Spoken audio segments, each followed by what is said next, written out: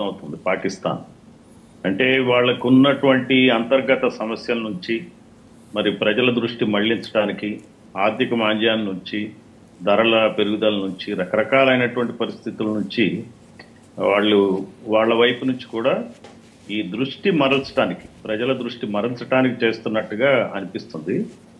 So ఈ రోజున మనం గమనించాల్సిన అంశం ఏంటంటే ఇది చిన్న దాడి కిందే కాదు వాడు చూసేది.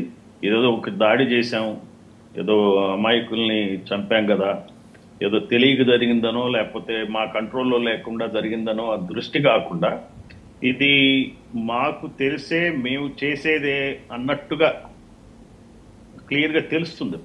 ఇప్పుడు భారత ప్రభుత్వం మీద కూడా చాలా పెద్ద బాధ్యత ఉంది. ఈ పరిస్థితుల్లో మరి ఏ రకంగా చర్య తీసుకుంటారనేది చాలా important. At the same time